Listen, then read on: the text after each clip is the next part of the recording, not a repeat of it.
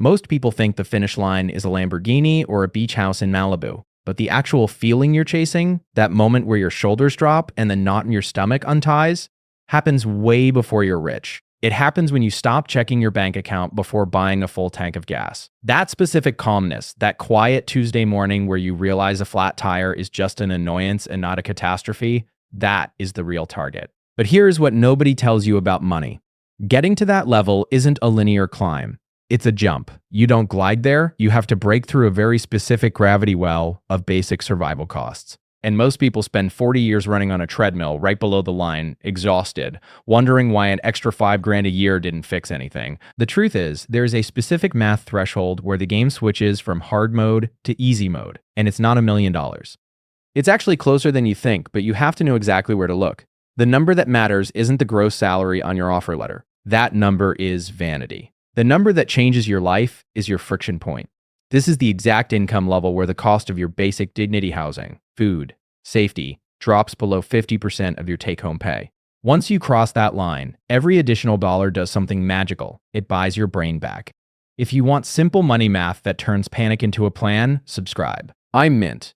Let's look at why this happens. In the early stages of earning, every single dollar is spoken for before it hits your account. You are a pass-through entity for your landlord, the utility company, and the grocery store. This is survival mode.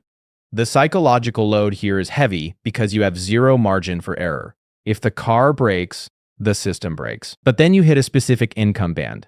Studies used to say this was around $75,000 a year. Inflation has pushed that up probably closer to $95,000 or $100,000 depending on where you live. But the dollar amount matters less than the ratio. The shift happens when you have gap money. This isn't just savings. This is unallocated capital. It's money that doesn't have a job yet. When you have gap money, you stop trading time to save pennies. You stop driving 20 minutes out of your way to save 4 cents on gas. You stop DIYing plumbing disasters that take you all weekend just to save $100. You start buying your time back. That is when life gets easier. Let me walk you through 2 scenarios so you can see exactly how this plays out in the real world. Let's take scenario A. We'll call him Marcus. Marcus makes $65,000 a year. After taxes and benefits, he brings home about $4,200 a month. Not bad, right? But Marcus lives in a city where rent is $1,800. His car payment is $500. Student loans are $400. Utilities, insurance, groceries, that's another $1,200. Do the math. Marcus's fixed costs are $3,900. He has $300 left over. That's $10 a day. Marcus is living in a high-friction environment.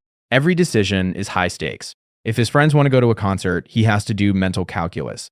If he gets a parking ticket, it ruins his week. He is earning money, but he isn't building a life. He's just maintaining one. Now look at scenario B. We'll call her Sarah. Sarah got a promotion and hopped jobs. She makes $115,000. Her take-home is roughly $7,200 a month. Here is the trick, and I'll explain why this is the hardest part in a second. Sarah kept her rent at $1,800. She drives a paid-off sedan.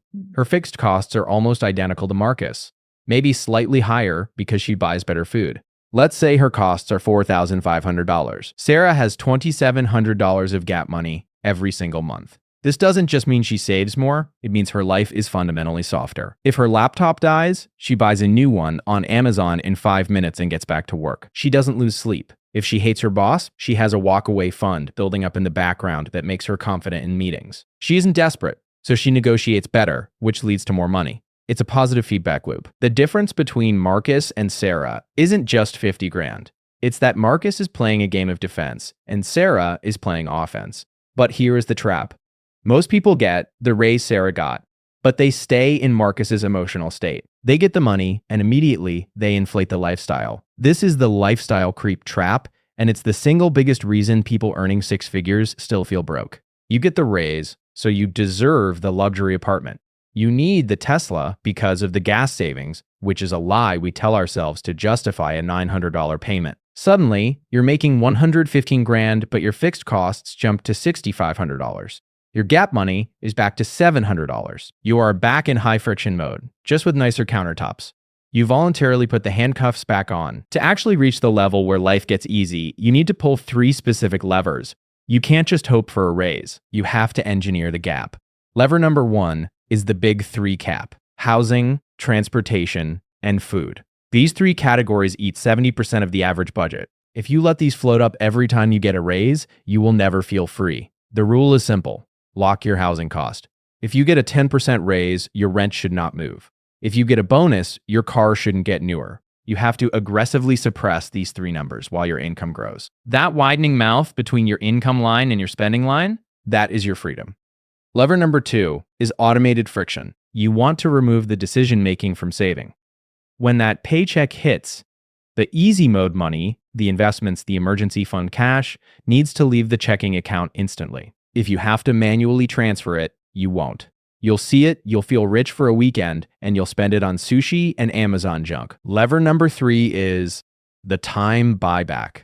This is controversial, but listen.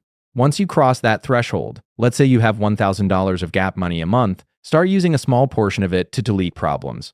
Pay for the cleaner once a month so you don't spend Saturday scrubbing toilets. Pay for the grocery delivery so you don't spend 90 minutes wandering aisles. This isn't laziness. It's converting currency into energy. You use that recovered energy to learn, to rest, or to work on the side project that gets you to the next level. Now, there's a part of this equation that most financial experts gloss over because it's not mathematical. It's psychological. There is a weird plateau of misery in the middle. When you're broke, you know you're broke. You hustle, it's clear. When you're wealthy, you have systems. It's clear. But the middle, that $60,000 to $90,000 range, is murky. You feel like you should be doing better. You see people on Instagram traveling, and you think, I make good money, why can't I do that? This is the comparison gap. And it's why life feels hard, even when the math says it should be getting easier. You are comparing your internal stress to everyone else's external highlight reel. If you are earning $80,000 and feeling squeezed, it's usually because you are trying to simulate the life of someone making $150,000. You are front-running your own success. You are buying the rewards before you have the engine to support them. The moment life actually gets easy is when you stop trying to look rich and start loving the feeling of being secure. It's when you look at a $600 car payment and think, I'd rather have that cash sitting in my brokerage account growing at 8%. That mindset shift is the gateway. I promised I'd show you the mint move. This is how you force your life into easy mode, even if you aren't quite at that income level yet. It's a 3-step sequence. Step 1, the dignity audit. Look at your last 3 months of spending. Highlight every single expense that was purely for convenience or status. The Uber Eats, because you were tired. The brand name clothes, because you wanted to fit in. Be brutal. How much is that costing you? For most people, it's $300 to $500 a month. Step 2, the gap creation. Take that number you just found and set up an auto transfer for exactly that amount to a separate savings account at a different bank. Do it on payday. You are artificially lowering your income to force yourself to live on less. You are practicing the discipline of the gap before you have the income of the gap. Step 3, the sanity fund. Once that separate account hits $2,000, stop saving it. That money is now your get-out-of-jail-free card. You use it only for things that lower your blood pressure. Car breaks? Pay it. Unexpected medical bill? Pay it. Don't stress, replenish it, then go back to investing. This small buffer prevents the spiral. It stops one bad day from becoming a bad year. Here's the bottom line. Money doesn't solve all your problems, but it solves your money problems. And since money touches everything, your housing, your food, your health, your schedule, solving the money problem clears the deck so you can actually deal with the real stuff. Life gets easier when you decide that freedom is more impressive than stuff. So, recap. 1. The magic number is when fixed costs are 50% of take home. 2. Don't let lifestyle creep eat your gap. 3. Use your gap to buy back time, not just toys. If you're sitting there wondering how to actually structure that automated flow so you never have to think about it again, you need to watch this video on the Zero Thinking Budget next. It's the engine that runs underneath everything we just talked about. I'll see you there.